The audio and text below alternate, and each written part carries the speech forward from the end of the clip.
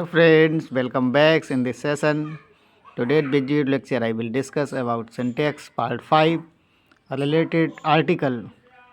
तो फ्रेंड्स आप इस पार्ट में देख पाएंगे आर्टिकल से संबंधित जो हमारे क्वेश्चन गलत हो जाते हैं एग्ज़ाम में, उसी से रिलेटेड आज इस पार्ट में देखेंगे। तो देखते हैं आर्टिकल। और आर्टिकल के यहाँ कई मीनिंग होते हैं। तो यहाँ पे लिखा है अग्रपद, लेख जिसका मीनिंग होता है, अनुच्छेद भी इसको बोला जाता है, वस्तु भी बोला जाता है, विषय, धारा या दफ़ा। धारा दफ़ा तो एक ही बात होती है, लेकिन दोनों लिख दिए हैं ताकि आप समझ जाएं। अब यहाँ पे देखते हैं रूल्स ऑफ आर्टिकल। कौन से नियम होते हैं आर्टिकल के अंतर्गत। तो यहाँ देखते हैं article can be divided into 2 parts. अग्रपद को 2 भागों में बांटा जा सकता है। फर्स्ट इंडेफिनिट आर्टिकल, जिसके अंतर्गत ए और एन आता है। डेफिनिट आर्टिकल, जिसके अंतर्गत द आता है। अब यहाँ पे देखते हैं इंडेफिनिट आर्टिकल। ये इंडेफिनिट आर्टिकल क्या होता है, जिसका मतलब होता है अनिश्चितकालीन, अनिश्चित अग्रपद, जिसको कैसे जानते हैं। Indefinite article is used with uncertain nouns with countable sense. मतलब कि जिस नाउन को गिना जाए और अज्ञात संज्ञा के आगे इसका प्रयोग किया जाता है। जैसे देखते हैं आई सा ए क्रो, मैंने क्या देखा, कौवा देखा। तो यहाँ पे ए क्रो की बात हो रही है। ए क्रो मीन्स एनी क्रो, ठीक है, जिस क्रो के बारे में अनसर्टेन सिचुएशन बन रही है, अज्ञात है। और आगे देखते हैं माई फ्रेंड सा एन एलिफेंट, मेरे मित्र ने क्या देखा, एक हाथी देखा। तो एन एलिफेंट यहाँ पे स्वर है, यहाँ पे ई, इस पर स्वर शब्दों से पहले एन आता है, तो वही यहाँ पे आया है।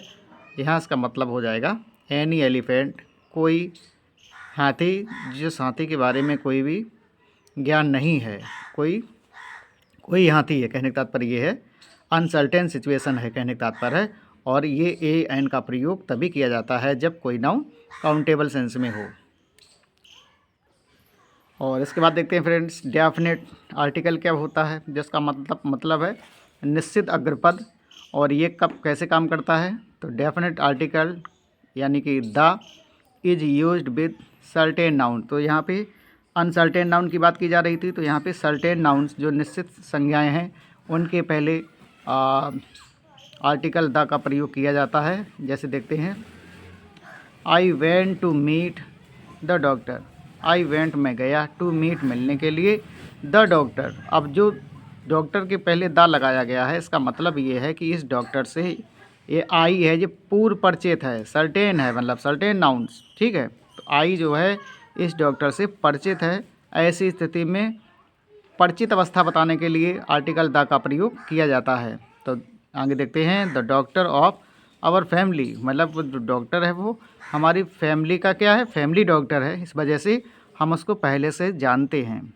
आगे देखते हैं Raj came to see the teacher, Raj जो है वो आया टू सी मिलने के लिए, द टीचर अध्यापक से। कौन सा teacher, the teacher of his class, उसकी अपनी क्लास का जो उसकी क्लास का जो टीचर है उसी से मिलने आया। कहने का तात्पर्य उस टीचर से वो पहले से ही जानकारी रखता है, पहले से ही सुनिश्चित है ये बात। तो ऐसी कंडीशन में आर्टिकल द का प्रयोग किया जाता है। तो इसका मतलब ये हो गया। अब आप देखते हैं use of A, article a का प्रयोग कहाँ पे किया जाता है। तो यहाँ पे देखते हैं रूल फर्स्ट, जिसको ABCD में डिवाइड किया है क्योंकि ज़्यादा रूल हो रहे थे। तो यहाँ देखते हैं रूल फर्स्ट में इंडेफिनिट आर्टिकल ए और एन होते हैं। तो ए का प्रयोग देखेंगे कैसे इसका प्रयोग किया जाता है। तो indefinite article A used with countable noun, कहने का तात्पर्य ये है कि ए का प्रयोग तब किया जाएगा जब हमारा नाउन काउंटेबल कंडीशन में होगा, जिस नाउन को गिना जाए उसी कंडीशन में होगा। एंड बिफोर कॉन्सोनेंट लेटर, और एक दूसरी बात यह भी है कि कॉन्सोनेंट लेटर के पहले हम आर्टिकल ए का प्रयोग करते हैं, ये भी बात जानते हैं, इसमें कोई दिक्कत नहीं है। जिस प्रकार से देखते हैं यहाँ पे डॉग, जैसे डी यहाँ पे कॉन्सोनेंट है, तो a dog, A women, a horse, a boy, a book, A table, etc, है ना। और फ्रेंड इसके बाद यहाँ पे बी पे देखते हैं व्हेन यू, जो कि वॉवेल माना जाता है लेटर, प्रोनाउंस यू, जब हिंदी वर्णमाला में यू का उच्चारण यू हो तब हमें आर्टिकल ए का प्रयोग करना है। जैसे आप देखते हैं ए यूनिवर्सिटी, तो यहाँ पे यू है तो इसमें ये वाला यू आएगा या यज्ञ आएगा, कहने का तात्पर्य है। तो इसको किस में काउंट करेंगे, हम कॉन्सोनेंट पे मान रहे हैं। यहाँ हिंदी वर्णमाला को ध्यान में रखते हुए इसका प्रयोग किया गया है। तो ए यूनिवर्सिटी, ए यूरोपियन ड्रेस, ए यूटेंसिल्स, यूटेंसिल मीन्स बर्तन, आ यूनियन एक एकता, ए यूनिफॉर्म एक ड्रेस, एक्सेट्रा। ऐसी कंडीशन में भले ही यहाँ पे यू लिखा है, यहाँ पे ई है, यहाँ पे यू है, भले ही ये यहाँ पे दिखने में लग रहे हैं वॉवेल से रिलेटेड, लेकिन यहाँ इनका उच्चारण यू से हो रहा है, इस वजह से यहाँ पे आर्टिकल ए आएगा सभी में। ओके, अब आगे देखते हैं सी। सी रूल क्या कह रहा है, वेन ओ प्रोनाउंस डब्लू या वो, वाह वकील, कहने का तात्पर्य ये है, हिंदी वर्णमाला को ध्यान में लिया गया है, तब भी हमें आर्टिकल ए का प्रयोग करना है, भले ही ओ लिखा है। जैसे देखेंगे ए वन आइड मैन, एक आँख वाला आदमी, तो यहाँ पे भले ही ओ लिखा है, भले ही आप वॉवेल देख रहे हैं, लेकिन इसका प्रोनाउंस जो है, प्रोनाउंसिएशन जो है वो वा से हो रहा है। और हिंदी वर्णमाला में वा जो होता है वो व्यंजन में काउंट होता है, इस वजह से यहाँ पे ए आएगा। A one eyed man, a one rupee note. Okay, और फ्रेंड इसके बाद देखते हैं, आगे देखते हैं common noun takes indefinite article a to show the sense of one, any and the same. तो कॉमन नाउन जो होता है हमारा जातिवाचक संज्ञा, टैक्स आर्टिकल ए, वो आर्टिकल ए लेती, सॉरी इंडेफिनिट आर्टिकल ए आता है। टू शो, काहे के लिए, टू शो दर्शाने के लिए, the sense of one, one का सेंस दर्शाने के लिए आर्टिकल ए का प्रयोग किया जाता है, या एनी का प्रयोग किया जाता है, या द सेम का प्रयोग किया जाता है। जैसे देखते हैं Madhav has a book in his hand, तो यहाँ पे माधव हैज़, माधव के पास है एक ए, तो यहाँ ए इक्वल टू वन, ए का मतलब एक, book in his hand, Madhav के हाथ में क्या है, एक किताब है, तो ए इक्वल टू वन। ओके, तो यही यहाँ पे सेंस बन रहा है। और आगे देखते हैं ए किंग हैड 5 किंग, एक राजा के 5 पुत्र थे, तो आ किंग, आ किंग मतलब a king equal to any, तो यहाँ पे एनी का सेंस बन रहा है। पहले आपने वन का देखा एग्जाम्पल, इसके बाद एनी का देख रहे हैं, एंड द सेम, और सेम का भी देखते हैं। वर्ड्स ऑफ अ फीदर मतलब जो पक्षी जिनके पंख एक समान होते हैं, फ्लॉक टुगेदर, वो एक साथ रहते हैं, एक साथ झुंड में रहते हैं, कहने का तात्पर्य है। तो ए इक्वल टू द सेम, तो यहाँ पे जो ए आया है आर्टिकल, वो यहाँ पे बता रहा है कि द सेम, ठीक है, मतलब जो पक्षी जो एक समान जिनके पंख होते हैं वो एक साथ रहते हैं, ठीक है। तो आप आशा है कि यह तीनों एग्जाम्पल आपको अच्छे से समझ में आ गए होंगे। अगर कोई दिक्कत हो रही है तो आप कमेंट बॉक्स में पूछ लें उसको कि इसका आंसर कैसे हुआ है। आगे देखते हैं, when proper noun is used as common noun article a is used, जब व्यक्तिवाचक संज्ञा इज यूज्ड जिसका प्रयोग किया जाता है एज कॉमन नाउन, एक जातिवाचक संज्ञा के रूप में प्रयोग किया जाता है, आर्टिकल ए इज यूज, तब आर्टिकल ए का प्रयोग किया जाता है। जैसे ही इज ए मोदी, तो एक प्रकार का क्या है, एक प्रकार का वो मोदी है ना, उसके हाव भाव, उसकी चाल ढाल, उसका रहन सहन, उसकी बोल चाल कैसी है, मोदी की तरह है। तो यहाँ पे इस ये जो मोदी है यहाँ पे प्रॉपर नाउन है, और इसके पहले ये ए आ गया है तब ये कॉमन नाउन बन गया है। क्लियर। इसी प्रकार से देखते हैं, he is a Shakespeare of my class, वह मेरी क्लास का क्या है, शेक्सपियर है। तो यहाँ पे शेक्सपियर प्रॉपर नाउन है, लेकिन इसके पहले हमने यहाँ पे आर्टिकल ए का प्रयोग किया है, तो ये हमारा कॉमन नाउन अब बन गया है। तो वो हमारी क्लास का शेक्सपियर जैसा है, ना कि शेक्सपियर है, शेक्सपियर जैसा है ना। तो ये कॉमन नाउन अब बन गया है यहाँ पे। और इसके आगे देखते हैं अब, और इसके बाद देखते हैं to show per unit article a is used, है ना। जब हमें यूनिट दर्शाना हो, प्रति यूनिट दर्शाना हो, तब हमें भी आर्टिकल ए का प्रयोग करना है। जैसे माई फादर अर्न्स, मेरे पिताजी कमाते हैं 5000, 5,000 रुपये अ मंथ।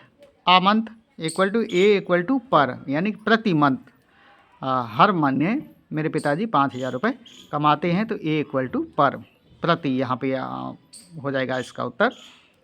और आगे देखते हैं, इलेक्ट्रिक बिल, जो बिजली का बिल होता है, इज पेड, वो पेड किया जाता है 4 रुपीज़, 4 रुपया अ यूनिट। और तो यहाँ पे अ यूनिट मतलब एक यूनिट में कितना है, 4 रुपया है, तो अ इक्वल टू पर, मतलब पर यूनिट पे 4 रुपये बिजली की जो राशि होती है वो इस यूनिट के हिसाब से पे की जाती है, मतलब पेड की जाती है। क्लियर।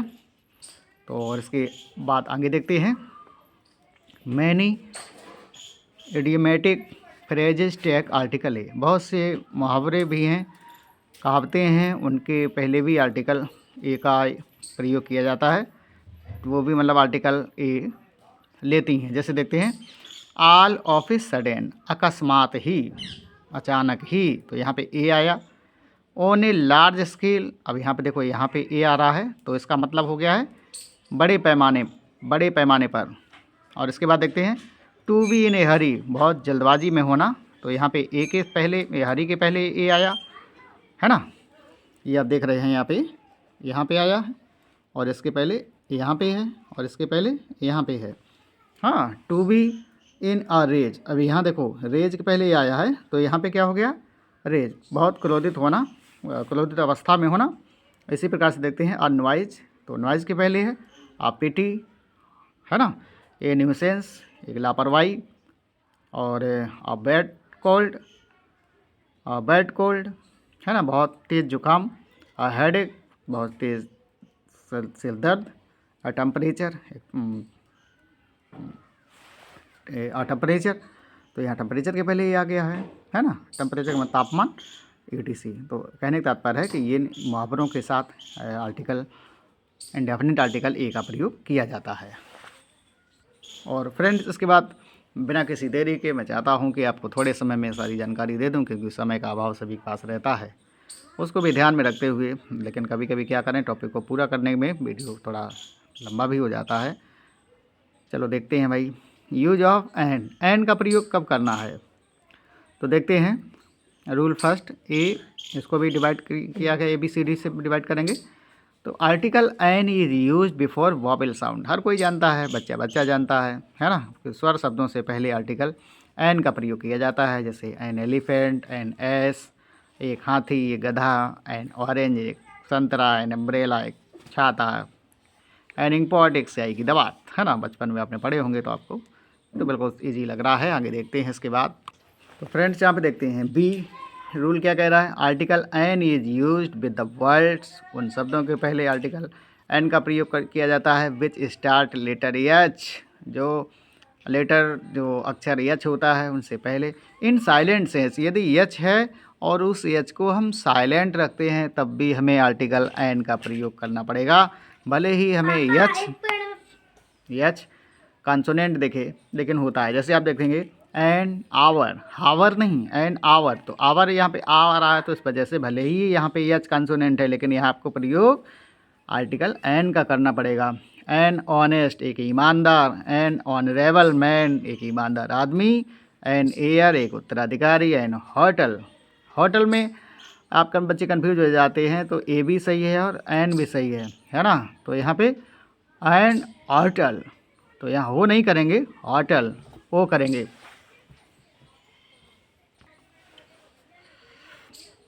और एन हिस्टोरिकल नॉवल, एक ऐतिहासिक उपन्यास। और इसके बाद आगे देखते हैं, article an is used with consonant letter, व्यंजक शब्दों के साथ आर्टिकल एन का प्रयोग किया जाता है। बट द प्रोनाउंसिएशन, लेकिन जो इसका उच्चारण होता है, शुड बी लाइक वॉवेल, जब इसका उच्चारण वॉवेल की तरह होता है, तब कंसोनेंट लेटर के पहले भी आर्टिकल एन का प्रयोग होता है। जैसे देखते हैं, एन एम ए, अब आप देखते हैं एम जो है वो कंसोनेंट है, लेकिन ये उच्चारण हो रहा है एम ए, है ना। ये यहाँ पे देख सकते हैं, हिंदी में लिख रखा है एम ए, तो ए एड़ी जो है वो हिंदी वर्णमाला में स्वर है, इस वजह से यहाँ पे एन एम ए। इसी प्रकार से एन एल एल वी। अब आप कहेंगे यल तो कंसोनेंट है तो एन क्यों लगा दिया, तो भाई यहाँ देख लीजिए L L we, L L A एड़ी हिंदी वर्णमाला में स्वर में काउंट की जाती है, तो यहाँ पे हिंदी वर्णमाला को ही प्राथमिकता दी जा रही है।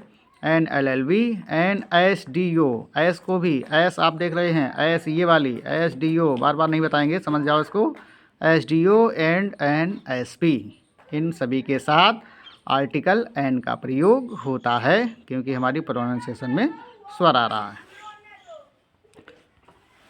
और फ्रेंड्स देखते हैं यूज ऑफ द। अब आप द का प्रयोग कहाँ पे करेंगे, यहाँ देखें रूल फर्स्ट का ए रूल है ये, article the is used with particular person, विशेष रूप से व्यक्ति के पहले के साथ, और थिंग या वस्तु के साथ, that is none with the speaker already, है ना।